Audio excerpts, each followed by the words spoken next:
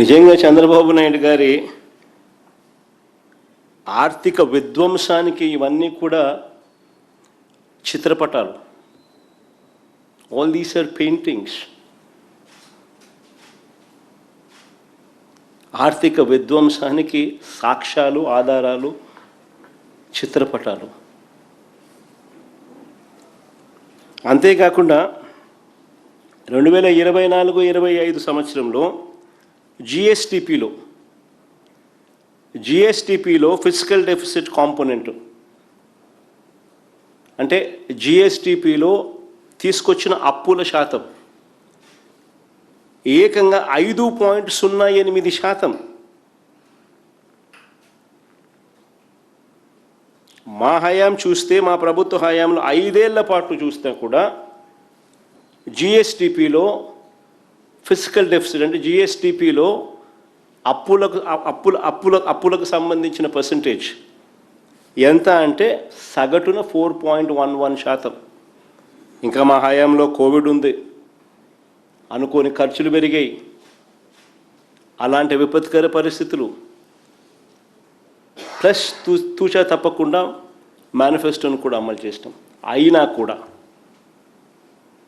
జిఎస్టిపిలో us a percentage of physical deficit మా 5 ఏళ్ల పీరియడ్లో కూడా సగటున మీద 4.11% ఉంటే ఈయన 2024-25 మొదటి ఏడాదిలోనే ఏకంగా 5.08% దాటేశాడు. రాష్ట్ర ఆర్థిక వ్యవస్థను నడిపించే విషయంలో చంద్రబాబు నాయుడు గారి విధ్వంసపు రికార్డుకు ఇది నిజంగా చిత్రపటాలుగా నిలబడతాయి. మామూలుగా ఏ రాష్ట్రమైనా కూడా ఎన్బిసి అంటారు, అంటే నెట్ బారోయింగ్ సీలింగ్. ఏ రాష్ట్రమైనా కూడా net borrowing ceiling which is stipulated by central government, ఎన్బిసికి లోబడి అప్పులు తీసుకోవాలి. కానీ చంద్రబాబు నాయుడు గారు ప్రతిసారి ఈ చట్టాన్ని, ప్రతిసారి ఈ ఎన్బిసిని, నెట్ బారోయింగ్ సీలింగ్ని ప్రతిసారి కూడా ఈ మనిషి ఉల్లంఘిస్తూనే ఉన్నాడు. ఒకవైపున ఉల్లంఘిస్తాడు, మరోవైపున బిల్డప్ మాత్రం ఇస్తాడు. తాను గొప్ప పరిపాలనా దక్షుడుగా ఒక పెద్ద బిల్డప్ మాత్రం ఇస్తాడు.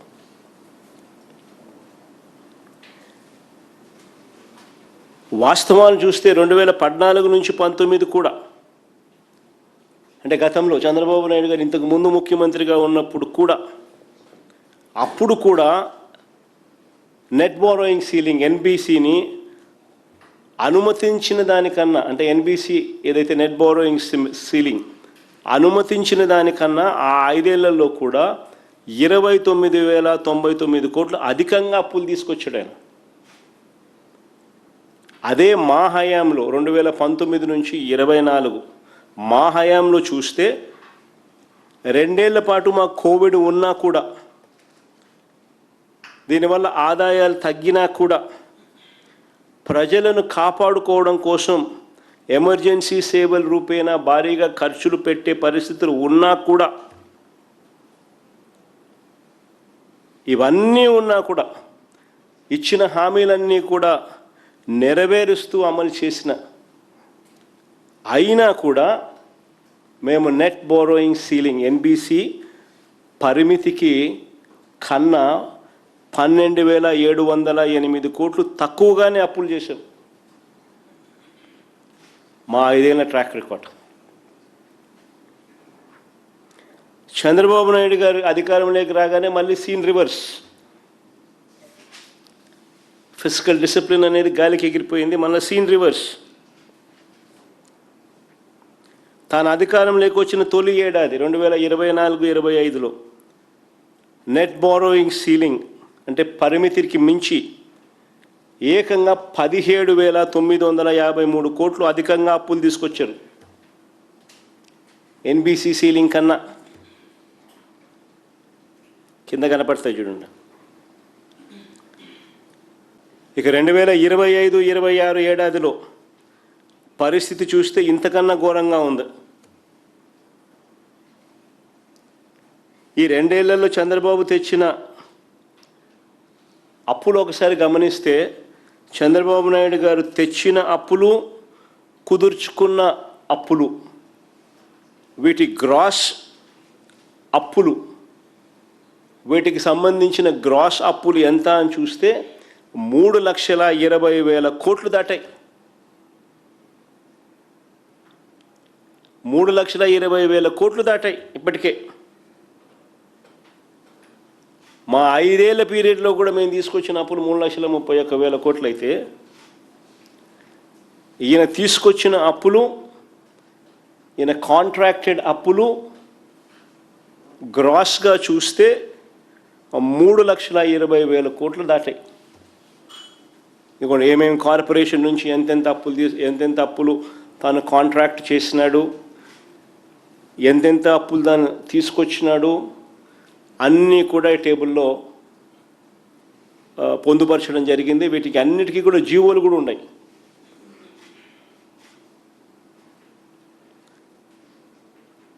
ఈ రెండేళ్లలోనే ఏకంగా మేము 5 ఏళ్లలో చేసిన అప్పు 3,31,000 కోట్లు అయితే, ఈయన 2 ఏళ్లలోనే 3,20,000 కోట్లు, 3,20,454 కోట్లు ఈయన కాంట్రాక్టెడ్ అండ్ చేసిన అప్పులు, గ్రాస్ అప్పులు.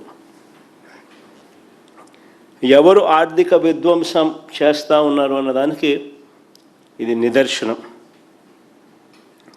చంద్రబాబు నాయుడు గారి హయాంలో ఈ రెవెన్యూ డెఫిసిట్, ఈ ఫిజికల్ డెఫిసిట్ నిజంగా ఇవి ఎందుకు పెరుగుతూ ఉన్నాయి? చంద్రబాబు నాయుడు గారి హయాంలో ఈ రెవెన్యూ డెఫిసిట్లు, ఆయన వస్తే చాలు ఈ రెవెన్యూ డెఫిసిట్లు, మా హయాంలో ఎందుకు రెవెన్యూ డెఫిసిట్లు, ఫిజికల్ డెఫిసిట్లు కంట్రోల్డ్గా ఉన్నాయి? ఎందుకు చంద్రబాబు నాయుడు గారు వస్తూనే రెవెన్యూ డెఫిసిట్లు, ఫిజికల్ డెఫిసిట్లు ఎందుకు పెరుగుతూ ఉన్నాయి? ఫిజికల్ డెఫిసిట్ అంటే అప్పు ఎందుకు పెరుగుతూ ఉన్నాయి? రెవెన్యూ డెఫిసిట్ అంటే రాష్ట్రానికి వచ్చే రెవెన్యూ మైనస్ రాష్ట్రానికి వచ్చే రెవెన్యూ ఎక్స్పెండిచర్, ఇది రెవెన్యూ డెఫిసిట్. ఎందుకు పెరుగుతూ ఉన్నాయి?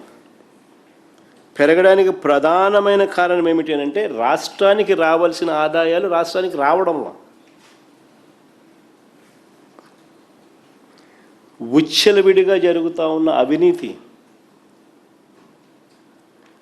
దోచుకో పంచుకో తినుకో, అందరూ జాయింట్గా రాష్ట్రాన్ని దోచుకుంటూ ఉన్నారు. కాబట్టి రాష్ట్రానికి సంబంధించిన ఆదాయాలు పెరగడంలా, రాష్ట్రానికి సంబంధించిన వనరులు రావడంలా చంద్రబాబు నాయుడు గారు, ఆయన బినామీలు, ఆయన పార్టీ ఎమ్మెల్యేలు, ఆయన ఎల్లో మీడియా సహచరులు దోచుకో పంచుకో తినుకో పరిస్థితిలో ఏకంగా ఇసుకని వదలడంలా, మట్టిని వదలడంలా, సిలికాను వదలడంలా, క్వాడ్స్ను వదలడంలా, లాట్రైట్ను వదలడంలా, గ్రనైట్లను వదలడంలా, లిక్కర్ వదలడంలా, లిక్కర్ మాఫియా నడుస్తూ ఉంది, భూములు వదలడంలా, అధిక రేట్లకు పీపీఏలు,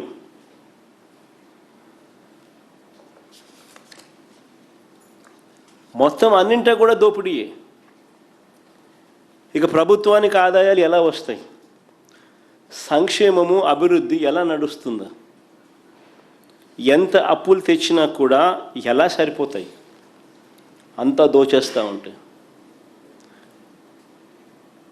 విశాఖపట్నంలో చిన్న ఎగ్జాంపుల్ కూడా, ఉదాహరణ కూడా చెప్తా ఉన్నా, ఏ స్థాయిలో వీళ్ళ దోపిడీ అని అంటే, విశాఖపట్నంలో అత్యంత విలువైన భూమిని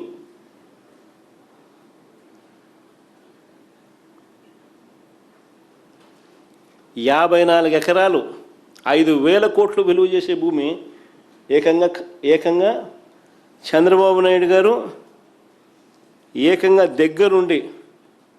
దగ్గరుండి ఆయన సమీప బంధువుకు కట్టబెట్టే కార్యక్రమం చేస్తే రాష్ట్రానికి ఆదాయాలు ఎలా వస్తాయి?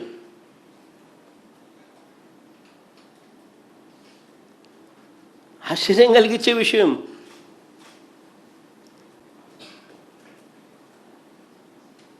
రియల్ ఎస్టేట్ కంపెనీలకు, చెనిక్కాయలకు, బెల్లానికి అతి తక్కువ రేటుకు, భూములు ఇస్తా ఉన్నాడు. భూములు వేయడమే కాదు, వాళ్ళు కన్స్ట్రక్షన్ చేసిన దాంట్లో 2,000 రూపాయలు పర్ ఎస్ఎఫ్టీకి ఎదిరిస్తాడంట. ఈయన ఎదిరిస్తాడంట. రాష్ట్రానికి ఆదాయాలు ఎలా వస్తాయి ఇలాంటి స్కాములు జరుగుతూ ఉంటే?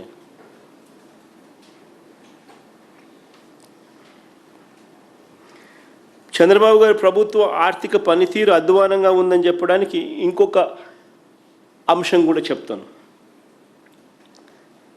మామూలుగా మినిమం క్యాష్ బ్యాలెన్స్ అనేది ట్రెజరీలో ఉండాలి.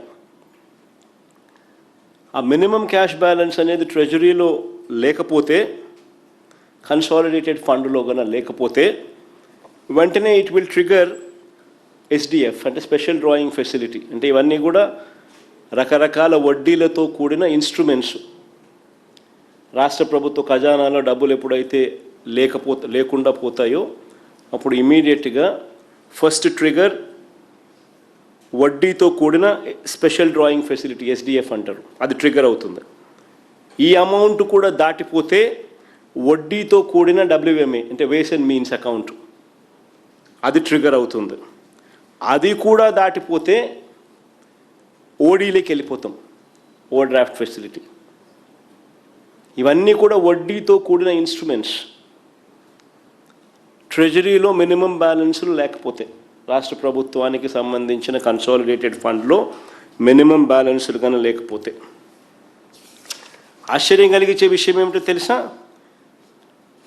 ఏ కష్టాలు కూడా చంద్రబాబు నాయుడు హయాంలో లేనప్పటికీ, మా హయాంలో అన్న కోవిడ్ లాంటి విపత్కర పరిస్థితులు చూసినాం, రకరకాల ఇబ్బందులకర పరిస్థితుల మధ్య రాష్ట్రాన్ని నడిపినాం.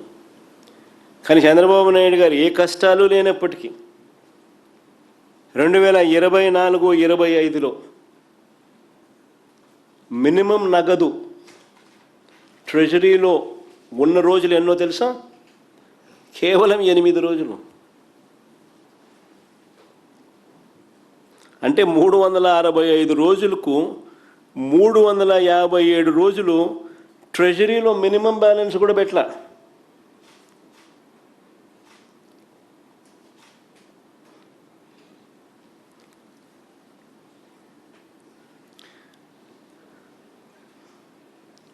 చంద్రబాబు నాయుడు గారు తాను చేస్తూ ఉన్న పరిపాలనకు, ఆయన ఇస్తూ ఉన్న బిల్డప్కు మధ్య తేడాను స్పష్టంగా చూపించే మరొక చిత్రపటం ఇది, మరొక పెయింటింగ్ ఇది.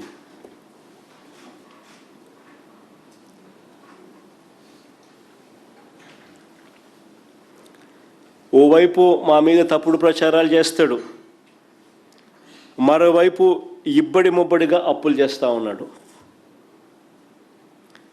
పైగా వాళ్ళు చేస్తూ ఉన్న అప్పులన్నీ కూడా బయటకు రానివ్వకుండా దాచేసే కార్యక్రమం చేస్తూ ఉన్నారు. అది ఇంకా ఆశ్చర్యం.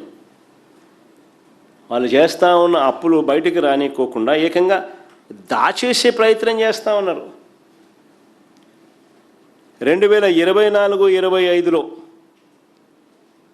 ఆయన వాస్తవంగా చేసిన అప్పులు ఏకంగా 81,082 కోట్లు అయితే, ఇది కాగ్ రిపోర్ట్లో statement 6 from finance accounts for government of Andhra Pradesh released by CAG for the financial year 24-25. CAG report statement 6 ఇది. ఆ ప్రింట్ పెట్టేసినాం అంతే. కాగ్ రిపోర్ట్లోనే తీసుకొచ్చి ఆ ప్రింట్ చూపిస్తా ఉన్నా నీకు, మీ అందరికీ కూడా. Net borrowing, net increase in borrowing చూడండి, ఆ కాలం సర్కిల్ చేసినాం చూడండి.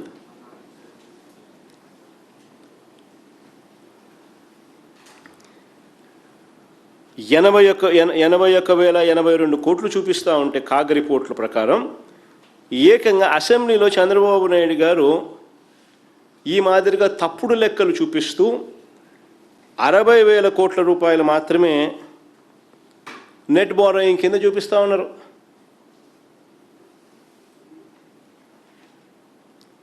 అంతా 60,485 కోట్లని అంటే తప్పుడు సమాచారం,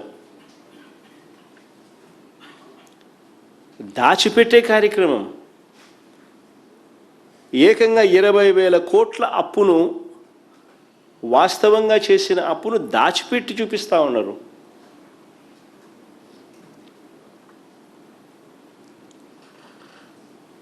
నిజంగా చంద్రబాబు నాయుడు గారు అనే వ్యక్తి, దీని మీద క్యాబినెట్ సెక్రటరీకి మేము లేఖ రాస్తూ ఉన్నాము. ఈ కాగ్ రిపోర్టు ప్లస్ వాళ్ళు రాసిన లేఖ రెండు కూడా చూపించి, చంద్రబాబు నాయుడు కోసం కింద మీద పడిన ఆ సెక్రటరీ ఎవరైతే ఉన్నారో వాళ్ళ ఉద్యోగాలు కూడా ఆటోమేటిక్లీ క్వశ్చన్ మార్కులకు వస్తాయి. దగ్గరుండే సభను తప్పుదోవ పట్టించే కార్యక్రమంలో పాలు పంచుకున్నందుకు డిఓపిటికి లేఖ రాస్తున్నాం, క్యాబినెట్ సెక్రటరీకి లేఖ రాస్తున్నాం, ఫైనాన్స్ సెక్రటరీకి లేఖ రాస్తున్నాం. కాగ్ రిపోర్టు, ఈ రిపోర్టు రెండు కూడా పెట్టి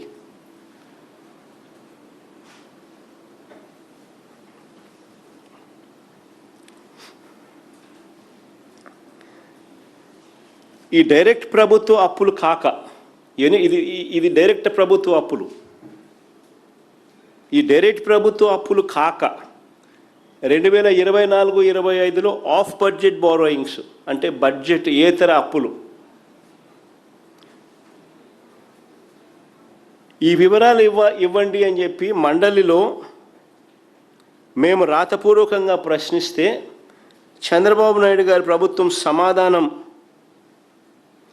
దాటవేసే కార్యక్రమమే చేశారు, కానీ వివరాలు ఇవ్వాల. రాష్ట్ర ప్రభుత్వానికి చెందిన అనేక సంస్థలు ప్రభుత్వ గ్యారంటీతో పెద్ద ఎత్తున అప్పులు తీసుకున్నాయి. వీటికి సంబంధించి అధికారికంగా ఎన్నో జీవోలు ఇచ్చారు. నేను అడుగుతా ఉన్నా, వీటిని అన్నిటినీ ఆఫ్ బడ్జెట్ బారోయింగ్స్ అనకంగా ఏమంటారు అని.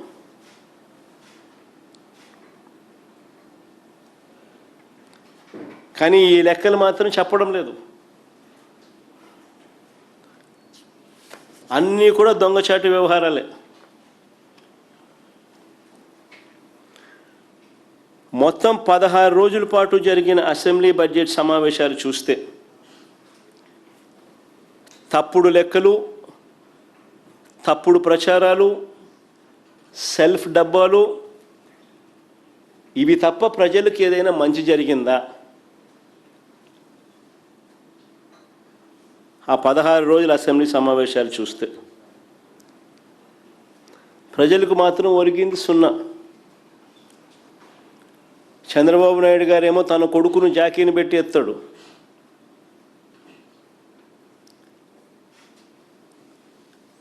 తన కొడుకేమో చంద్రబాబు నాయుడిని జాకీలు పెట్టి ఎత్తుతాడు. వీళ్ళిద్దరినీ పవన్ కళ్యాణ్ జాకీలు పెట్టి ఎత్తుతాడు. అసెంబ్లీ అంతా ఇదే.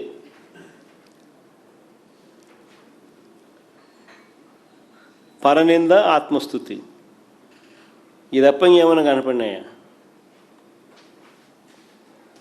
మళ్ళీ అడుగుతా ఉన్నా, బడ్జెట్ ముగింపులో, బడ్జెట్ ముగిసింది కాబట్టి మళ్ళీ అడుగుతా ఉన్నా, అయ్యా మేము అడిగిన ప్రశ్నలకు సమాధానాలు ఏమైనాయి?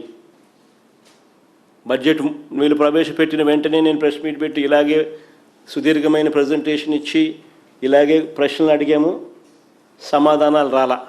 16 రోజుల అసెంబ్లీ సమావేశాలు కూడా గమనించిన ఎక్కడా కూడా చంద్రబాబు నాయుడు గారి దగ్గర నోట్లో నుంచి కానీ వాళ్ళ మంత్రుల దగ్గర నుంచి మనం అడిగిన ప్రశ్నలకు మాత్రం సమాధానాలు రాలా. మళ్ళీ అడుగుతా ఉన్నా, ఇప్పుడు బడ్జెట్ సమావేశాలు ముగిసిన తర్వాత మళ్ళీ అడుగుతా ఉన్నా. ఇప్పటికీ 3 బడ్జెట్లు పెట్టారు. సూపర్ 6, సూపర్ 7లో యువగలం అనే పేరు పెట్టి నిరుద్యోగ భృతి కింద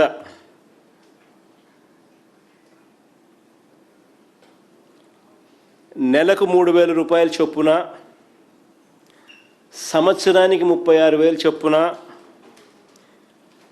ఈ 3 ఏళ్లకు ప్రతి నిరుద్యోగికి బకాయి పడ్డ 1,08,000 ఎప్పుడు ఇస్తారో అని అడిగితే నోరు మాత్రం మెదపడం లేదు. అడుగుతా ఉన్నా, మళ్ళా రెండోసారి అడుగుతా ఉన్నా, రెండోది అడుగుతా ఉన్నా, 18 ఏళ్ళు నిండిన 60 ఏళ్ల లోపు ఉన్న మహిళలకు, ఇవన్నీ నేను సూపర్ 6 సూపర్ 7లే నాళ్ళలో నుంచి తీస్తున్నా బయటికి. 18 ఏళ్ళు నిండిన 60 ఏళ్ళ లోపు ఉన్న మహిళలకు ఆడబిడ్డ నిధి అని చెప్పి మీ సూపర్ 6లో సూపర్ 7లో పేరు పెట్టి ఇస్తామన్నారు. జూన్ 2024 నుంచే ఇవన్నీ వర్తిస్తాయని కూడా చెప్పినారు. మీరు ఇచ్చిన బాండ్లు చూసినా, మీరు ఇచ్చిన అడ్వర్టైజ్మెంట్లు చూసినా అన్నీ కూడా జూన్ 2024 నుంచే స్టార్ట్ అయిపోతాయి అన్నారు. ప్రతి నెల 1500 ఇస్తామన్నారు. ఏడాదికి 18,000 ఇస్తామన్నారు.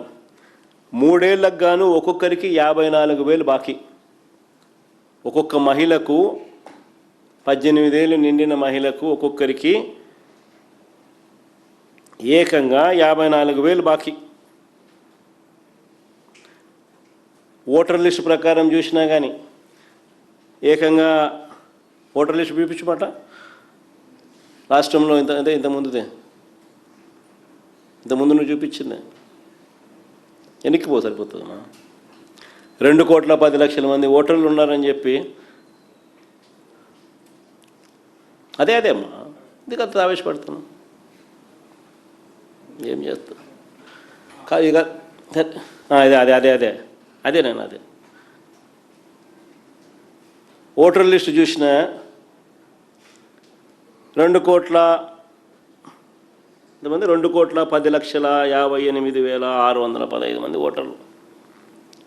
వీళ్ళంతా 18 ఏళ్ళ వయసు నిండిన వాళ్ళే. ఇళ్లలో నుంచి ఒక 60 ఏళ్ళు నిండిన వాళ్ళను తీసేస్తే 1,80,00,000 మంది ఉన్నారు. కరెక్ట్గా చెప్పాలంటే 1,78,99,440. ఒక్కొక్కరికి నువ్వు ఇస్తాననింది ఏంది 1,500 నెలకు, సంవత్సరానికి 18,000. ఈ 3 ఏళ్లకు ఒక్కొక్కరికి 54,000 బాకీ. వీరికి ఎప్పుడు ఇస్తారన్న విషయం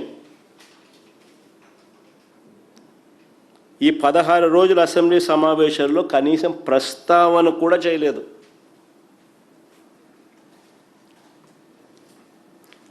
ఇదే సూపర్ 6 సూపర్ 7లో ఇంకో ముఖ్యమైన హామీ, ఈనాడు పత్రిక అడ్వర్టైజ్మెంట్ మళ్ళీ చూపించండి. మీ సూపర్ 6 సూపర్ 7లో ఇంకో ముఖ్యమైన హామీ, 50 ఏళ్ళు నిండిన ఎస్సీ ఎస్టీ బీసీ మైనారిటీలకు పెన్షన్ అని. నెలకు 4,000 రూపాయలు చొప్పున, ఏడాదికి 48,000 రూపాయలు చొప్పున 3 ఏళ్లకు వీళ్ళు బాకీ పడింది ఒక్కొక్కరికి 1,44,000. వీరికి ఎప్పుడు ఇస్తారు స్వామి ఇది అని అడిగినాం.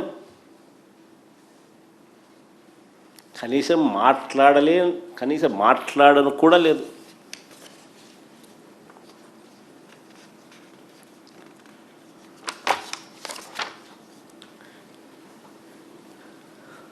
పైగా 2024 ఎన్నికల షెడ్యూల్ వచ్చే నాటికి మార్చిలో మేమిచ్చిన పెన్షన్ల సంఖ్య 66,34,372. మేమిచ్చిన పెన్షన్లు అక్షరాల ఎన్నికల షెడ్యూల్ మార్చి 16 వచ్చింది. ఆ తేదీ నాటికి, ఆ మార్చి నాటికి మేమిచ్చిన పెన్షన్లు మార్చిలో 66,34,372.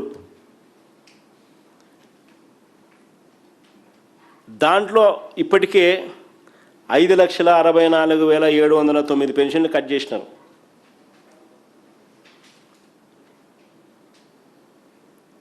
వీళ్ళు మొన్న మార్చిలో ఇచ్చిన పెన్షన్లు చూస్తే 60,69,663. అంటే దాని అర్థం 5,64,709 పెన్షన్లు కటింగ్. ప్రతి నెల 25,000 పెన్షన్లు కట్ చేస్తూ ఉన్నారు.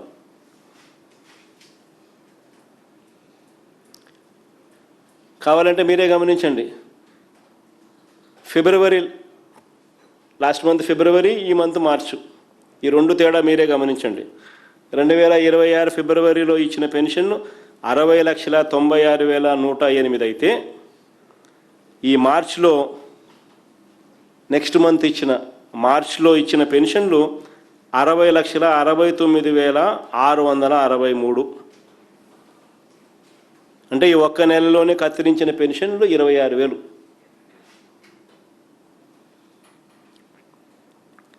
ప్రతి నెల ఇలా కత్తిరిస్తున్నారు. ఏకంగా ఇప్పటికి 5,64,709 పెన్షన్లు కట్ చేసినారు. కొత్తగా ఒక్క పెన్షను కొత్తది ఇలా కొత్త పెన్షన్ల మీద ఒక మాట మాట్లాడలేదు. పైగా ప్రభుత్వం వద్ద ఇప్పటికే 2.5 లక్షల పెన్షన్ల దరఖాస్తులు పెండింగ్లో ఉన్నాయి. ఇప్పటికే కొత్త దరఖాస్తులు తీసుకోవడంలా.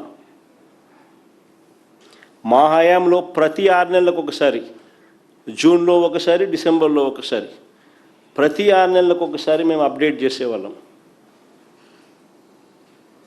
ఈరోజు టోటల్గా సీన్ రివర్స్.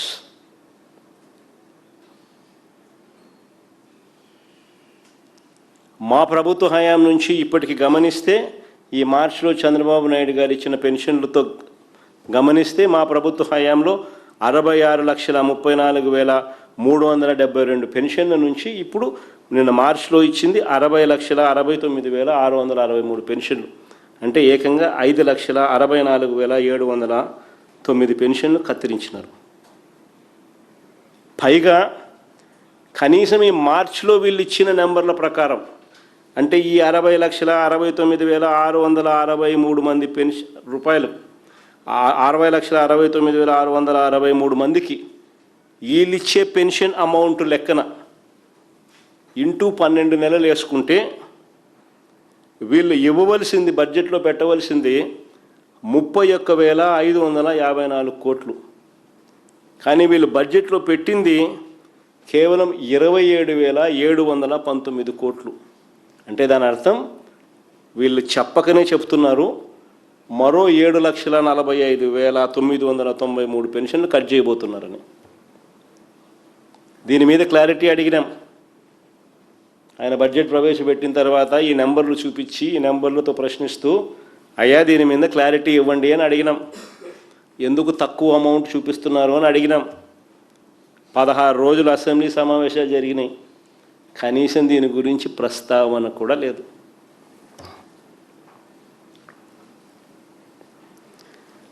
తల్లికి వందనం కింద సూపర్ 6, సూపర్ 7లో ఇంకోటి చెప్పినారు.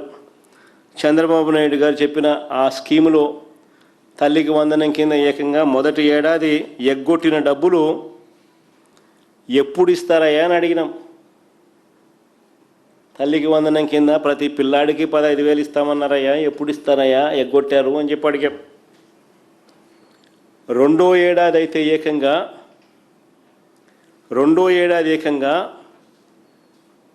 20 లక్షల మంది పిల్లలకు కత్తిరించేసినారు.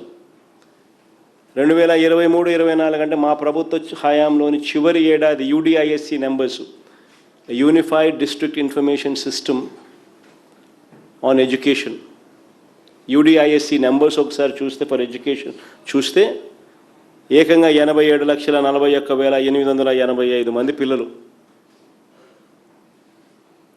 మరి 87,41,885 మంది పిల్లలకి ఇవ్వాల్సిన డబ్బు ఏకంగా 20 లక్షలు తగ్గించినారు. 20 లక్షల మంది పిల్లలకు తగ్గించారు. తగ్గడమే కాదు, ఏ ఒక్కరికి 15,000 ఇవ్వాల. 15,000 కథ దేవుడు ఎరుగు. కొందరికి 8,000, కొందరికి 9,000, కొందరికి 10,000, కొంతమందికి అక్కడక్కడ 13,000 వీళ్ళు ఇచ్చింది. ఆ మిగిలిన డబ్బులు ఎప్పుడు ఇస్తారు స్వామి అని అడిగినాం. మొదటి ఏడాది ఎగ్గొట్టిన డబ్బులు ఎప్పుడు ఇస్తారు? సరిగ్గా ఇవ్వలేదు కదా, మిగిలిన వారిని కూడా కలుపుకొని ప్లస్ ఇచ్చిన వారికి కూడా సరిగ్గా ఇవ్వలేదు కదా, బ్యాలెన్స్ డబ్బులు ఎప్పుడు ఇస్తారు స్వామి అని అడిగినాం. దానికి సంబంధించి కూడా నోరు మెదపలేదు. 16 రోజుల అసెంబ్లీ సమావేశాలు.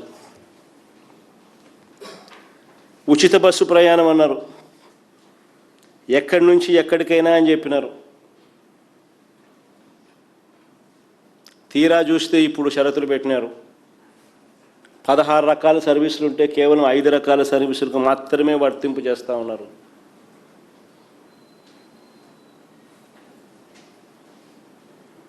ఎందుకు ఈ మాదిరిగా షరతులు పెట్టినారయ్యా? ఎన్నికలప్పుడు ఎలాంటి షరతులు లేకుండా అని చెప్పి అదే పనిగా చెప్పినారు కదయ్యా మీరు అని అడిగితే నోరు మెదపడం లేదు.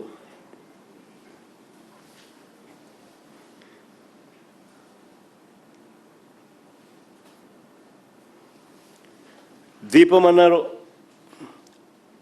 ప్రతి మహిళలకు 3 సిలిండర్లు ఫ్రీ అన్నారు. మొదటి ఏడాది ఇచ్చింది 1 సిలిండరే, మిగిలిన 2 సిలిండర్లు డబ్బులు ఎగ్గొట్టినారు.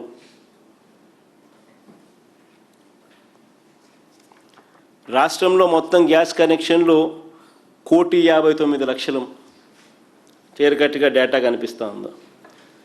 Source public sector, PSU, OMC, IOCL, BPCL క్లియర్గా కనిపిస్తూ ఉంది. సోర్స్ 1,59,00,000 రాష్ట్రంలో గ్యాస్ కనెక్షన్లు ఉంటే ఒక్కో గ్యాస్ సిలిండర్కి 855 రూపాయలు చొప్పున 3 గ్యాస్ సిలిండర్లకు ఏడాదికి 4,000 రూపాయలు ఖర్చు పెట్టాలి. మరి 3 ఏళ్ళు అంటే 4,000 × 3 12,000. వీళ్ళు ఇచ్చింది ఏంది? మొదటి ఏడాది 786 కోట్లు మాత్రమే, రెండో ఏడాది 2,199 కోట్లు రివైజ్డ్ ఎస్టిమేట్లో చెప్పినారు. మరి ఇచ్చినారా లేదో చూడాల్సిన తర్వాత ఎప్పుడో తెలుస్తాయి మనకు. బట్ రివైజ్డ్ ఎస్టిమేట్లో ఏమో 2,199 కోట్లు అన్నారు. ఈ బడ్జెట్లో 2,600 కోట్లు పెట్టినారు. మరి 12,000 కోట్లకు 3 ఏళ్ళకు కాను నువ్వు ఇచ్చింది కనీసం సగం కూడా లేదు. 6,144 కోట్లు బకాయిలు. 12,000 కోట్లు డివైడెడ్ -786 -2,199 -2,600 కోట్లు, 6,143 కోట్లు బాకీ. ఇవి ఎప్పుడు ఇస్తారు స్వామి? మహిళలందరూ వంట రూమ్లలో ఎదురు చూస్తున్నారు స్వామి అని అంటే నోరు మెదపడం లేదు.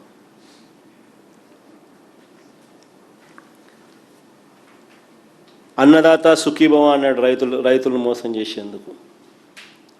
అప్పుడేమన్నాడు? PM కిసాన్ కాక అన్నదాత సుఖీభవ పేరుతో నేను నెల 20,000 ఇస్తా, నేను సంవత్సరానికి 20,000 ఇస్తానన్నాడు. ఇంతకుముందు కూడా మన బడ్జెట్ ప్రజెంటేషన్లో ఇదే ఆయన అన్న మాటలు, ఆయన నోట్లో నుంచి వచ్చిన ఆ మాటలు ప్లే చేసి వినిపించారు అందరికీ కూడా. కావాలంటే మళ్ళీ ప్లే చేద్దాం ఒకసారి. చెప్పు, ప్లే చేయ. మడమ తిప్పడు, మాట తప్పడు. అవును, ఇప్పుడేమన్నావు? గవర్నమెంట్ ఆఫ్ ఇండియా 6,000 రూపాయలు ఇస్తుంది కాబట్టి అది మైనస్ చేసి నేను 6,500 రూపాయలు ఇస్తానని చెప్పిన పెద్ద మనిషి ఎవరో ఎందుకు చెప్పలా? రైతుకు సంవత్సరానికి 20,000 రూపాయలు ఇప్పుడు ఇచ్చేది కాకుండా 20,000 వరకు ఇచ్చేట్టుగా తెలుగుదేశం పార్టీ నిర్ణయం చేశాం. చూడండి ఎంత గొప్పగా అబద్ధాలు ఆడగలుగుతాడు మనిషి. అన్నదాత సుఖీభవ అని చెప్పి ఇప్పుడు ఇచ్చేది కాక 20,000 ఇస్తానని చెప్పి చెప్పినాడు. మొదటి ఏడాది ఎగ్గొట్టేసినాడు. రెండో ఏడాది 20,000కు గాను ముక్కి అప్పుడు ఒక 5,000 అప్పుడు ఒక 5,000 ఇచ్చినాడు. అంటే 2 ఏళ్ళకి కలిపి 40,000 రూపాయలు ప్రతి రైతుకు ఇవ్వాల్సింది 40,000కు గాను ఇచ్చింది కేవలం 10,000. అంటే 30,000 రూపాయలు ప్రతి రైతుకు బాకీ. ఇది ఎప్పుడు ఇస్తావు స్వామి ఆ రైతులకు అందరికీ? రైతులు చాలా ఇబ్బందుల్లో ఉన్నారు అని అడిగితే నోరు కూడా మెదపడం లేదు. 16 రోజుల అసెంబ్లీ సమావేశాల తర్వాత పైగా మా ప్రభుత్వ హయాంలో 53,52,000 మంది రైతులకు మా ప్రభుత్వ హయాంలో రైతు భరోసాను వర్తింపజేసి మేము ఇస్తే, ఈయన హయాంలో ఈయన 46,85,000 మందికి కుదించేసినాడు. అంటే దాదాపుగా 7 లక్షల మంది రైతులను ఎగరగొట్టేసినాడు. పైగా కౌలు రైతులకు ఒక పైసా కూడా ఇవ్వాల. కౌలు రైతులు కానీ, ఆర్ఓఎఫ్ఆర్ పట్టాదారు రైతులు కానీ వీళ్ళెవ్వరికి కనీసం ఒక పైసా కూడా ఇచ్చింది లేదు.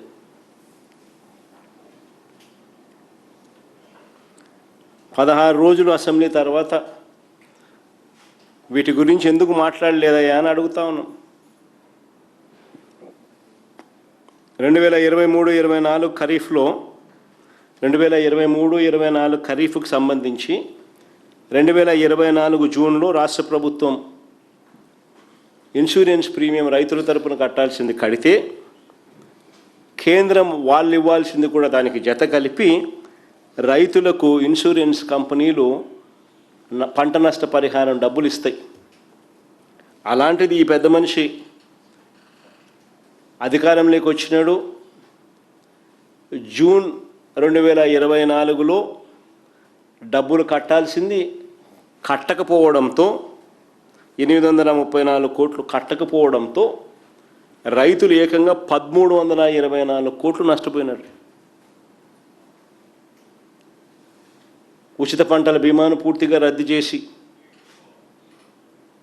రైతులను గాలికి వదిలేసి చంద్రబాబు నాయుడు గారి నిర్వాకాల వల్ల 2023-24, 2024-25 ఈ 2 వ్యవసాయ సీజన్లకు సంబంధించి రైతులు ఏకంగా 3,500 కోట్ల రూపాయలు నష్టపోయారు. వరి, మొక్కజొన్న, అరటి, కొబ్బరి, కందులు, మినుములు, పెసలు, శనగలు, సజ్జలు, మిర్చి, టమాటో, చీని, పత్తి అన్ని పంటలకు ధరలు పూర్తిగా పడిపోయినా కూడా ప్రభుత్వం నుంచి ఎలాంటి మనసు లేదు, పట్టించుకొని ఆదుకునే కార్యక్రమం జరగలేదు. ఇప్పుడు మళ్ళీ మిర్చి, శనగ, మొక్కజొన్న, అరటి పంటలకు ధరలు పడిపోయాయి.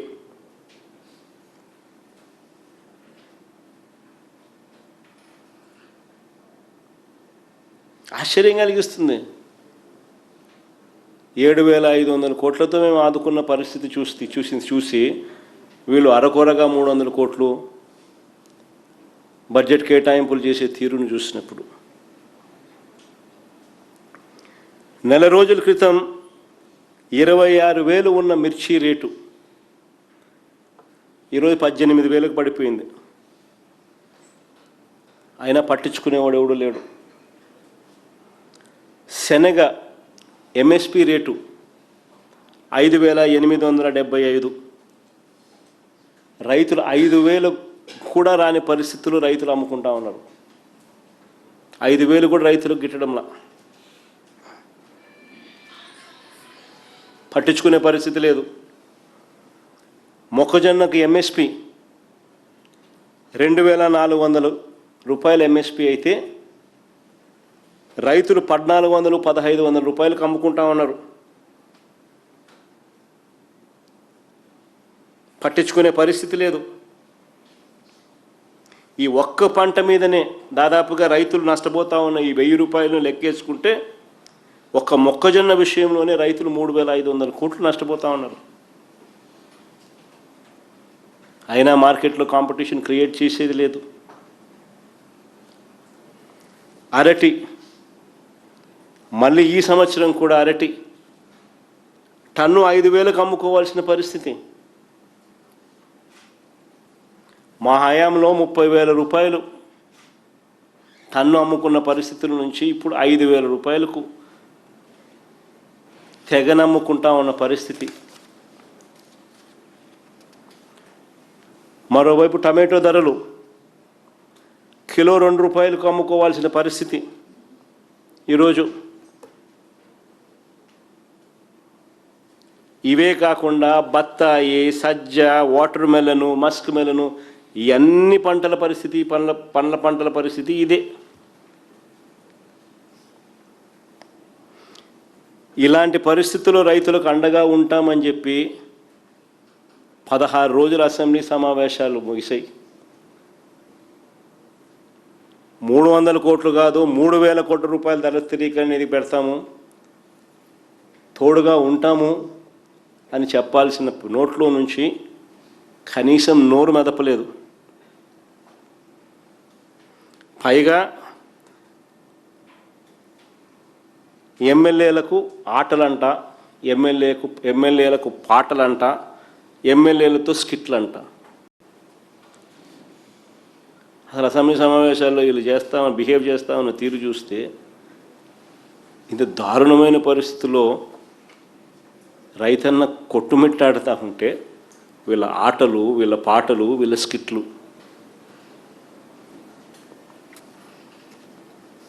వీళ్ళ కాలక్షేపం. నిజంగా మరోపక్క వ్యవసాయ రంగంలో ఎంత సంక్షోభం నెలకొని ఉందనంటే వందలాది మంది రైతు కూలీలు ఆత్మహత్యలు చేసుకుంటా ఉన్నారు. ఈ ప్రభుత్వ లెక్కల ప్రకారమే, నా లెక్కల ప్రకారం కాదు, ఈ ప్రభుత్వ లెక్కల ప్రకారమే 2025లో ఆత్మహత్య చేసుకున్న 393 మంది రైతు కుటుంబాలకు 2,472 మంది రైతు కూలీల కుటుంబాలకు వారికి పరిహారం ఎప్పుడు ఇస్తానన్నది కనీసం ఒక్క మాట కూడా చెప్పలేదు అసెంబ్లీలో.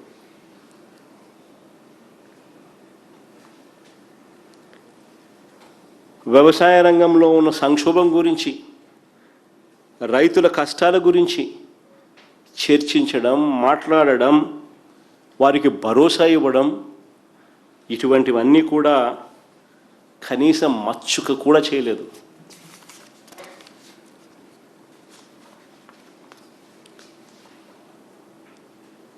పిల్లలు పరీక్షలు రాస్తూ ఉన్నారు, ఫీజు రీయింబర్స్మెంటు, పిల్లల పరీక్షలు స్టార్ట్ అయినాయి, విద్యా దీవెన బకాయిలు, వసతి దీవెన బకాయిలు ఎప్పుడు ఇస్తారని చెప్పి ముఖ్యమంత్రి గారిని గట్టిగా నిలదీస్తూ అడిగాం. ఒక్క మాట లేదు. 2024 జనవరి, ఫిబ్రవరి, మార్చ్ ఆ క్వార్టర్, మార్చి 16న ఎన్నికల కోడ్ వచ్చింది. ఏప్రిల్లో వెరిఫై చేసి మామూలుగా అయితే మా ప్రభుత్వం క్వార్టర్ అయిపోయిన వెంటనే ఇచ్చేవాళ్ళం. అలాంటిది జనవరి, ఫిబ్రవరి, మార్చ్ క్వార్టరు, మార్చి 16న ఎన్నికల కోడ్ వచ్చింది. ఏప్రిల్, మేలో ఇవ్వవలసింది పెండింగ్ పడింది. అంతే, ఇంక అక్కడి నుంచి ఫినిష్. ఈ మార్చి వస్తే 9 క్వార్టర్స్, ఒక్కొక్క క్వార్టర్కు 700 కోట్లు అవుతుంది Vidya Deevena, fee reimbursement. 9 quarters into 700, 6,300 కోట్లు ఇవ్వాలి. వసతి దీవెన కింద ప్రతి ఏప్రిల్లో మేము క్రమం తప్పకుండా 1,100 కోట్లు ఇచ్చేవాళ్ళం పిల్లల బోర్డింగ్ అండ్ లాడ్జింగ్ ఖర్చుల కోసం. ఏప్రిల్ 2024 ఎన్నికల కోడ్ రావడంతో ఆగిపోయింది. ఏప్రిల్ 2024, ఏప్రిల్ 2025 ఇప్పటికే 2,200 కోట్లు బకాయి. ఈ రెండు కలిపితే 6,300 కోట్లు విద్యా దీవెన కింద, 2,200 కోట్లు వసతి దీవెన కింద, 8,500 కోట్లు ఇవ్వాలి. వీటికి గాను 2024-25లో వీరు ప్రవేశపెట్టిన బడ్జెటరీ లెక్కల ప్రకారం వీళ్ళు విడుదల చేసింది 1,771 కోట్ల రూపాయలు 2024-25లో అని చూపించారు. అసెంబ్లీ జరుగుతోందని చెప్పి వెంటనే ఎక్కడ ఇది గొడవ పెద్దదవుతుందేమో అని బీఆర్ఓ ఇచ్చినారు 1,200 కోట్లు. నేను ఆ రోజే అన్న, బీఆర్ఓ ఇస్తానే బడ్జెట్, బీఆర్ఓ అంటే బీఆర్ఓ ఇస్తానే డబ్బులు ఇచ్చినట్టు కాదు. ఇప్పటికి కూడా ఎంత ఇచ్చినారంటే 300 కోట్లు ఏదో ఇచ్చినారని చెప్తున్నారు అంతే ఇప్పటిదాకా. అంటే టోటల్గా వీళ్ళు ఇచ్చింది ఎంత అంటే 2024-25లో వీళ్ళు చెప్తా ఉన్న ఈ 1771 కోటి, ఇప్పుడు 300 కోట్లు, రెండు కలిపితే 2070 కోట్లు, అంటే 8500 కోట్లు మైనస్ 2071, అంటే 6428 కోట్లు బాకీ ఇప్పటికే. ఈ రెండేళ్లకే, ఈ మార్చి నాటికే ఈ 6428 కోట్లు కాక ఈ సంవత్సరం 2026-27కు అవసరం 4 క్వార్టర్స్ ఇంటూ 700 విద్యా దీవెన కింద 2800, ఈ ఏప్రిల్ 26 ఇవ్వాల్సిన వసతి దీవెన మరో 1100 కోట్లు, మొత్తం 3900 కోట్లు ఈ సంవత్సరం ఇవ్వాల్సింది. అంటే ఈ 3900 కోట్లు ఈ సంవత్సరం కావాల్సింది, ఈ రెండేళ్లకు ఇప్పటిదాకా ఇవ్వాల్సిన బకాయిలు 6428 కోట్లు, రెండు కలిపితే 10328 కోట్లు కావాల్సి వస్తే ఈయన కేటాయింపు చేసింది కేవలం 2766 కోట్లు. ఇక నేను పిల్లల చదువులు ఎలా సాగుతాయి? కాలేజ్ యాజమాన్యాలు పిల్లలను నిలదీస్తూ ఫీజులు కట్టించుకుంటున్నారు. కట్టలేని పిల్లలు చదువులు మానేస్తూ ఉన్నారు. తల్లిదండ్రుల మీద తీవ్రమైన ఒత్తిడి ఎదుర్కొంటూ ఉన్నారు. ఆస్తులు అమ్ముకోవాల్సిన పరిస్థితి, చదువులు మానేస్తూ ఉన్న పరిస్థితి. అయినా ఈ చంద్రబాబు నాయుడు గారికి మనసు రాదు. 16 రోజుల అసెంబ్లీ సమావేశాలు అయిన తర్వాత కూడా ఇవి ఎప్పుడు ఇస్తావు స్వామి అని అంటే ఈ చంద్రబాబు నాయుడు గారి నోట్లో నుంచి కనీసం మాట కూడా లేదు. పొదుపు సంఘాల అక్క చెల్లెమ్మలకు మా ప్రభుత్వ హయాంలో క్రమం తప్పకుండా ఇచ్చేవాళ్ళం. 0 వడ్డీకి ప్రతి ఏప్రిల్ క్రమం తప్పకుండా బటన్ నొక్కేవాళ్ళం. ఏకంగా 4900 చిల్లర కోట్లు మేము ఇచ్చినాం మా 5 ఏళ్లలో 0 వడ్డీ పథకానికి. ఈరోజు ఈయన మేనిఫెస్టోలో ఏమో 3 లక్షల వడ్డీ లేని రుణాలను 10 లక్షలకు పెంచుతానన్నాడు. పెంచడం కదా దేవుడు ఎరుగు స్వామి. మా హయాంలో ఇచ్చేది కూడా ఎగరగొట్టేసినాం, అది కూడా రావడం లేదు. ఇవ్వాల్సింది ఎగరగొట్టిన 0 వడ్డీ. ఇదే ఈయన మేనిఫెస్టోలో చెప్పిన 10 లక్షల ప్రకారం లెక్కేసుకుంటే ఈ 3 ఏళ్ళకు కలిపి అదే 9000 చిల్లర కోట్లు. మా హయాంలో 1000 కోట్లు అయ్యేది. ఈయన 10 లక్షలకు పెంచి నేను వడ్డీ లేని రుణాలు ఇస్తాను, 3 లక్షలే జగన్ చెప్పింది అని అన్నాడు. అంటే 1000 కాస్త 3000 కోట్లు, 3500 కోట్లు ఇంటూ 3 ఏళ్ళు అంటే 10,000 కోట్లు. ఈ 10,000 కోట్లు ఎప్పుడు ఇస్తున్నావు స్వామి? అక్క చెల్లెమ్మలు ఎదురు చూస్తూ ఉన్నారు. పొదుపు సంఘాల పరపతి తగ్గిపోయింది. పొదుపు సంఘాలకు ఇచ్చే రుణాలు తగ్గిపోయినాయి. ఏకంగా 10,000 కోట్లు రుణాలు తగ్గాయి బ్యాంకుల నుంచి వచ్చి తీసుకునే రుణాలు. మొన్న లాస్ట్ బడ్జెట్ ప్రజెంటేషన్లో నేను ప్రజెంటేషన్లో చూపించిన 40,000 కోట్ల నుంచి ఏకంగా 30,000 కోట్లకు తగ్గిన పరిస్థితులు. నబార్డ్ నివేదిక చూపించిన. నా మెమరీ కరెక్ట్గా ఉంటే I think these are the exact, maybe not the exact numbers, but కొంచెం అటు ఇటుగా. నా దగ్గర డాక్యుమెంట్ ఈరోజు లేదు. నబార్డ్ డాక్యుమెంట్ ఉందా? లాస్ట్ టైం మనం ప్రజెంట్ చేసిన నబార్డ్ డాక్యుమెంట్ ఉంటే ఇది కూడా చూపించాను ఒకసారి. లాస్ట్ బడ్జెట్లో ఐ మీన్ ఇంతకుముందు ప్రెస్ మీట్లో చూపించినాను. మా ప్రభుత్వం అమలు చేసిన పథకాలన్నింటినీ కూడా రద్దు చేసినారు. పైగా వీళ్ళు ఇస్తానన్న సూపర్ 6, సూపర్ 7 పూర్తిగా ఎగరగొట్టేసినారు. ఒకవైపున 0 వడ్డీకి కూడా దిక్కులేదు. మరోవైపున ఉన్న పథకాలన్నీ రద్దయిపోయినాయి. మా ప్రభుత్వంలో హయాంలో ఉన్న పథకాలన్నీ రద్దయిపోయినాయి. మరోవైపున ఈయన ఇస్తానన్న సూపర్ 6 సూపర్ 7లు మోసంగా తేలాయి. ఇవేవీ చేయకుండా చంద్రబాబు నాయుడు గారు మహిళా దినోత్సవం రోజున అక్క చెల్లెమ్మలను పారిశ్రామికవేత్తలను చేస్తామంటూ మాట్లాడుతూ ఉన్నాడు. పారిశ్రామికవేత్తలను చేస్తామంటూ మాట్లాడుతున్నాడు.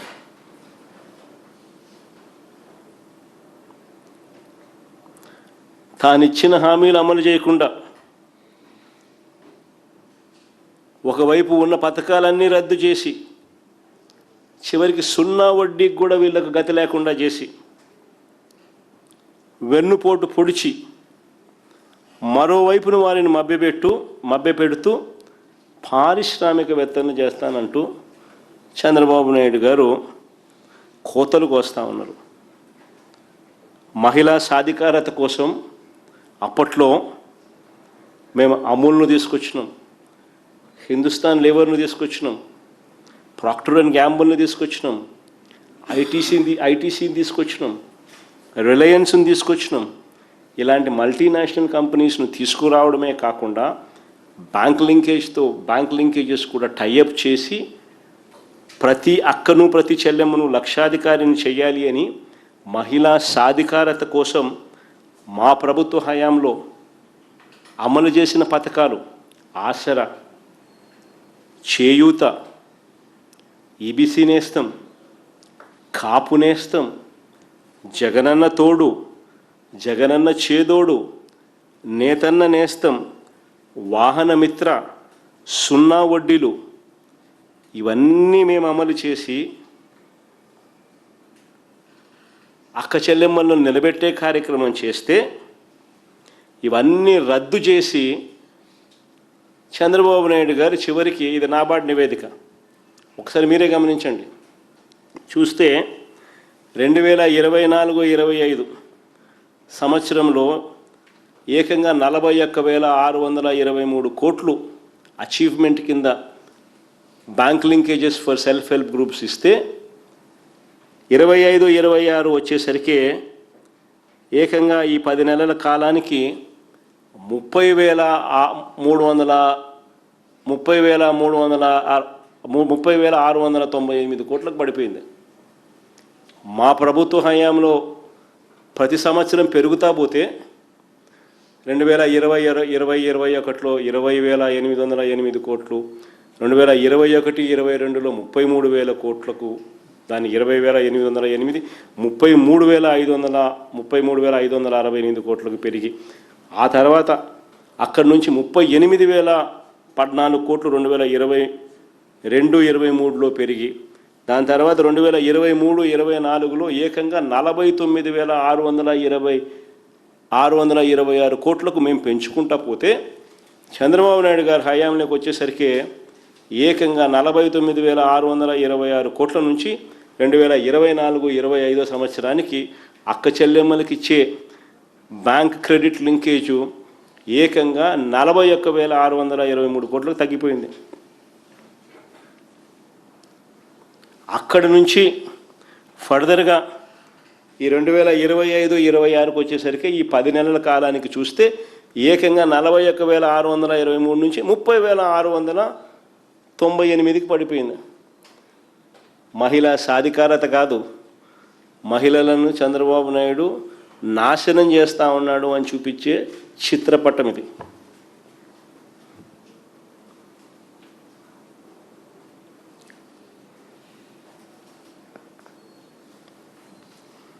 మళ్ళీ ఇప్పుడు వారిని మోసం చేస్తూ పారిశ్రామికవేత్తలు చేస్తాడంట. ఎంత మోసం చేస్తున్నాడు ఈ మనిషి, ఇంత అన్యాయం చేస్తూ ఉన్నాడు.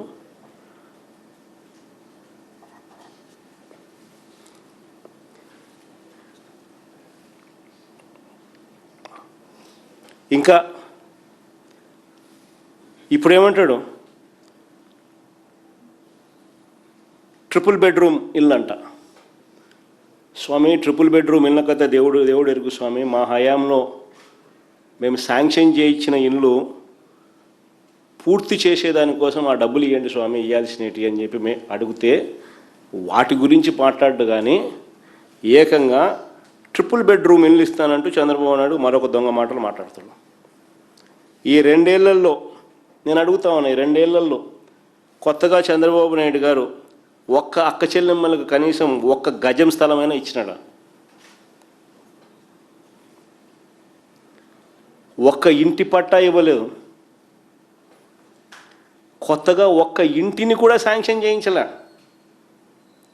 మా హయాంలో మేము 31 లక్షల ఇళ్ల పట్టాలు ఇచ్చి అందులో 21 లక్షల ఇళ్ళ శాంక్షన్ ఇళ్ళ మంజూరు చేయించి ఇళ్ళ శాంక్షన్ చేయించి అందులో 10 లక్షల పైచిలకు ఇళ్లను కూడా పూర్తి చేస్తాం. మిగిలిన ఇళ్ళు వివిధ దశల్లో కడతా ఉన్నారు, వివిధ దశల్లో ఉన్నాయి. ఆ వివిధ దశల్లో ఉన్న ఆ ఇళ్లను పూర్తి చేయడం కోసం ఇవ్వాల్సిన డబ్బులు వాళ్ళకు ఇవ్వాల్సిన డబ్బులు కూడా ఈ మనిషి ఇవ్వడంలో డైవర్ట్ చేసినాడు. కేంద్ర ప్రభుత్వం ఒకసారి డబ్బులు ఇస్తుంది, ఆ డబ్బులు కరెక్ట్గా ఈయన డైవర్ట్ చేయకుండా ఇస్తే మళ్ళీ రెండోసారి డబ్బులు ఇస్తుంది. కేంద్ర ప్రభుత్వం డబ్బులు ఇచ్చింది, ఈయన డైవర్ట్ చేసినాడు, ఇంకా ఫినిష్, అంతే, పథకం ఆగిపోయింది. పైగా ఆ పథకం మళ్ళీ ముందుకు సాగింది అని ముందుకు సాగించినారు అని అంటే ఈయన తరపు నుంచి చేయాల్సినటివి కొన్ని చేయాలి కాబట్టి అవన్నీ చేయడం ఎందుకులే అని చెప్పి అది కూడా ఆపేసినాడు. ఈ 2 కారణాలు. ఈ ఉన్న ఇళ్లను కంప్లీట్ చేయడం అనేది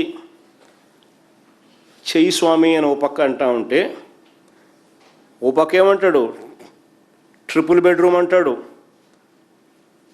ట్రిపుల్ బెడ్రూమ్ అనడమే కాదు, మేనిఫెస్టోలో ఆయన ఏమన్నాడు తెలుసా? మేనిఫెస్టోలో ప్రతి ఇంటి నిర్మాణానికి అదనంగా ఆదివాసీలకు 1,00,000, ఎస్టీలకు అంటే కొండ ప్రాంతం కాకుండా కింద ప్రాంతంలో ఉన్న ఎస్టీలకు 75,000, ఎస్సీలకు చేనేతలకు 50,000,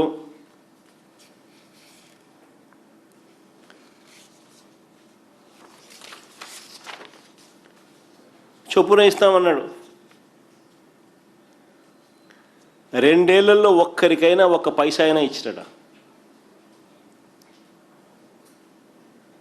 అదనంగా ఇస్తానని చెప్పిన ఈ వ్యక్తి కనీసం 2 ఏళ్లలో ఒక్కరికైనా 1 పైసా ఇవ్వలేదు.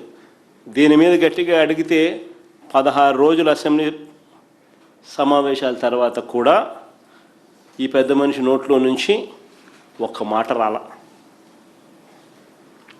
స్కూళ్ళు, హాస్పిటళ్లలో నాడు నేడు పనులు ఆగిపోయినాయి. అయ్యా, నాడు నేడు పనులు ఆగిపోయినాయి అని గట్టిగా ప్రశ్నిస్తూ అడిగాం.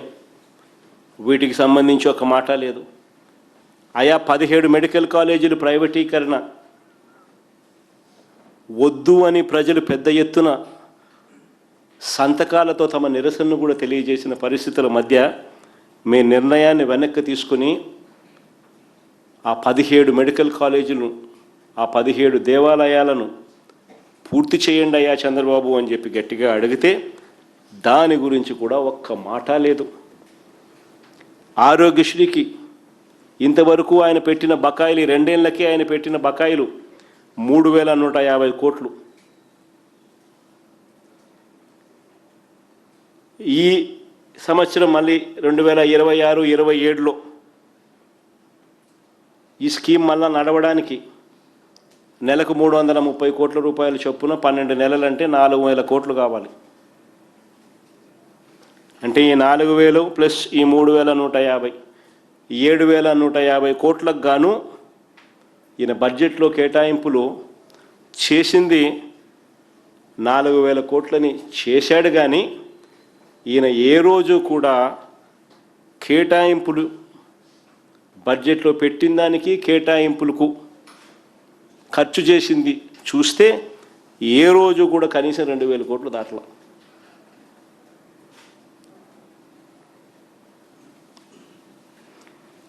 అయ్యా చంద్రబాబు గారు, 7,150 కోట్లు కావాలి, వీటికి సంబంధించి డబ్బులు ఎప్పుడు ఇస్తున్నావు?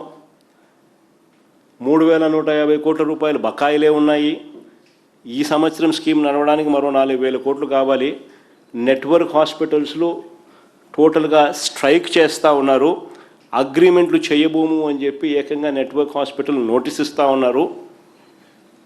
అని చంద్రబాబు నాయుడు గట్టిగా నిలదీస్తూ అడిగినా కూడా ఈయన నోట్లో నుంచి ఒక్క మాట రాదు.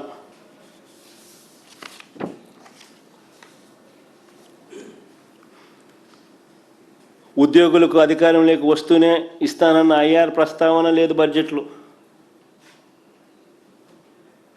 మేనిఫెస్టోలో పెట్టినారు, ఉద్యోగులకు అధికారంలోకి వస్తూనే ఐఆర్ అన్నాడు చంద్రబాబు నాయుడు మేనిఫెస్టోలో. ప్రస్తావన లేదు, పిఆర్సీ ప్రస్తావన లేదు, ఒక్క మాట లేదు. పెండింగ్లో ఉన్న 4 డిఏల గురించి, డిఆర్ల గురించి ఎప్పుడు ఇస్తారో కనీసం చెప్పను కూడా చెప్పలేదు. జీపీఎఫ్ గురించి మాట లేదు, ఏపీ జిఎల్ఐ గురించి మాట లేదు. General provident fund, general life insurance, medical reimbursement, retirement benefits, surrender leaves, వీటి కింద దాదాపుగా 35,000 కోట్ల రూపాయలు ఉద్యోగస్తులకు బాకీ పడ్డాడు. వీటి గురించి కనీసం మాట కూడా లేదు. ఆశా వర్కర్లు, అంగన్వాడీలు వచ్చి విజయవాడలో ధర్నాలు చేస్తూ ఉంటే ఎన్నికల మేనిఫెస్టోలో ఈయన చెప్పింది వాళ్ళు అడుగుతూ ఉన్నారు. 2 ఏళ్ళు అయిపోయింది స్వామి, ఎప్పుడు ఇస్తామని.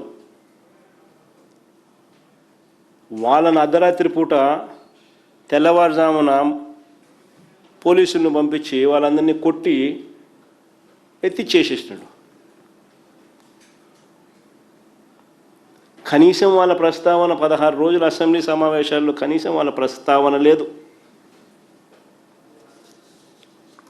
చివరికి ఆశ్చర్యం ఏమిటో తెలుసా, ఇవాళ చంద్రబాబు నాయుడు ఎక్కడికి పోయినా కానీ ఈ మధ్యకాలంలో గమనిస్తాను మీరు కూడా, ఆయన చేసేది 2 ఇప్పుడు పెన్షన్లప్పుడు ఒక గ్రామానికి ఏదో గ్రామానికి పోతాడు ఖచ్చితంగా 1వ తారీఖున.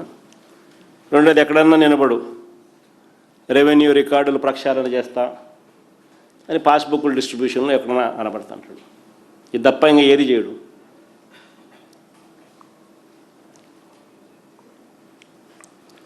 నేను అడుగుతా ఉన్నా, అయ్యా చంద్రబాబు నాయుడు, ఇవాళ చంద్రబాబు నాయుడు ఎక్కడికి వెళ్ళినా రెవెన్యూ రికార్డులు ప్రక్షాళన చేస్తా, ఎక్కడికక్కడ సర్వే చేయిస్తా, ఎక్కడ లేని టెక్నాలజీ వాడుతున్నా, క్యూఆర్ కోడ్ పట్టాదారు పాస్ పుస్తకాలు ఇస్తున్నా, ప్రతి ల్యాండ్ పార్సిల్కు జియో కోఆర్డినేట్స్తో హద్దులు చూపిస్తున్నా అని చంద్రబాబు నాయుడు క్రెడిట్ చోరీ చేసే కార్యక్రమం చేస్తూ ఉన్నాడు.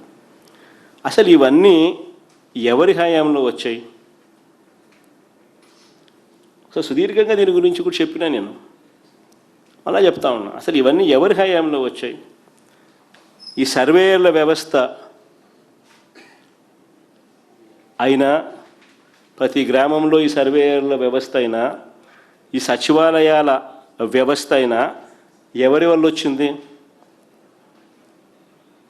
అసలు ఈ సర్వే ఎక్విప్మెంట్ ఎవరి హయాంలో వచ్చింది?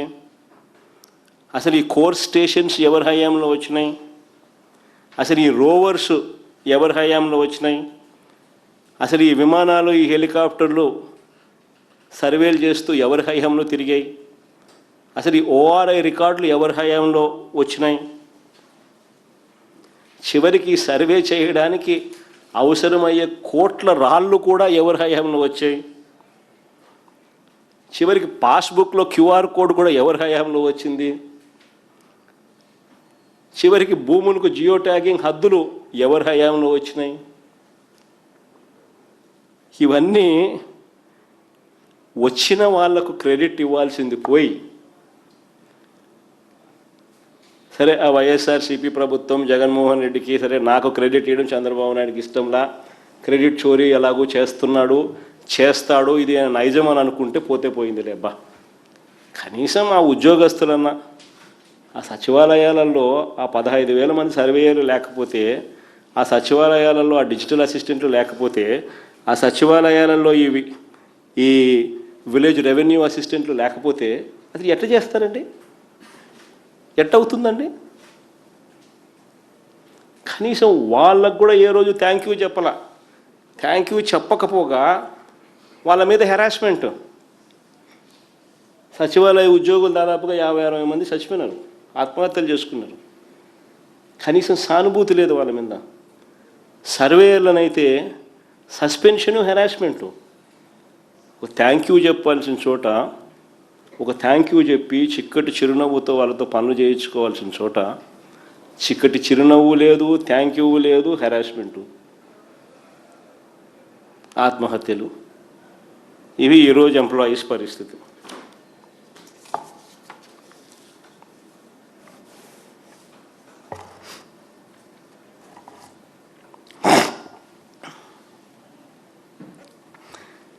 ఇలా తానిచ్చిన హామీలు మోసంగా చేసి అమలు చేయకుండా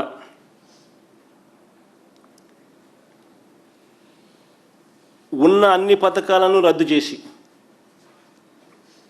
ఒకవైపున తాను ఇచ్చిన హామీలన్నీ అమలు చేయకుండా మోసం చేశాడు, మరోవైపున తాను ఇచ్చిన పథకాలన్నీ రద్దు చేసినాడు, మా ప్రభుత్వంలో ఉన్న పథకాలన్నీ రద్దు చేసినాడు, మరోవైపున స్కూల్సు, హాస్పిటల్సు, వ్యవసాయము అన్నీ కూడా విధ్వంసానికి లోనైనాయి.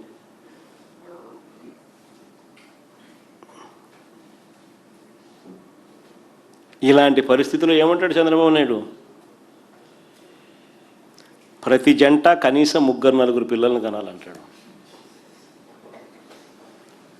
ప్రతి జంట కనీసం 3-4 పిల్లలను కనాలంటాడు. ఇలాంటి పరిస్థితుల్లో ఇవాళ చంద్రబాబు గారి పాలనలో పాలు దాగినా నీళ్లు దాగినా చనిపోతూ ఉన్నారు.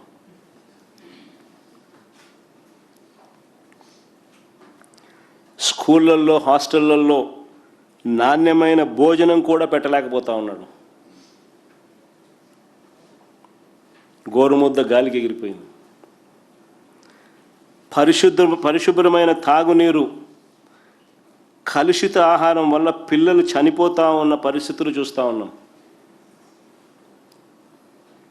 నాడు నేడు గాలికి ఎగిరిపోయింది. ప్రభుత్వ హాస్పిటల్స్లో కూడా ఇవే పరిస్థితులు.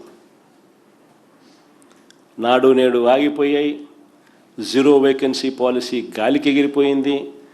17 కొత్త మెడికల్ కాలేజీలు పూర్తి కావాల్సిన చోట, పూర్తి చేయాల్సిన చోట వాటిని స్కాములు చేస్తూ అమ్మాలని చెప్పి వాటిని ఆపేసిన పరిస్థితులు. ఫ్యామిలీ డాక్టర్ లేదు, విలేజ్ క్లినిక్లు నిర్వీర్యం.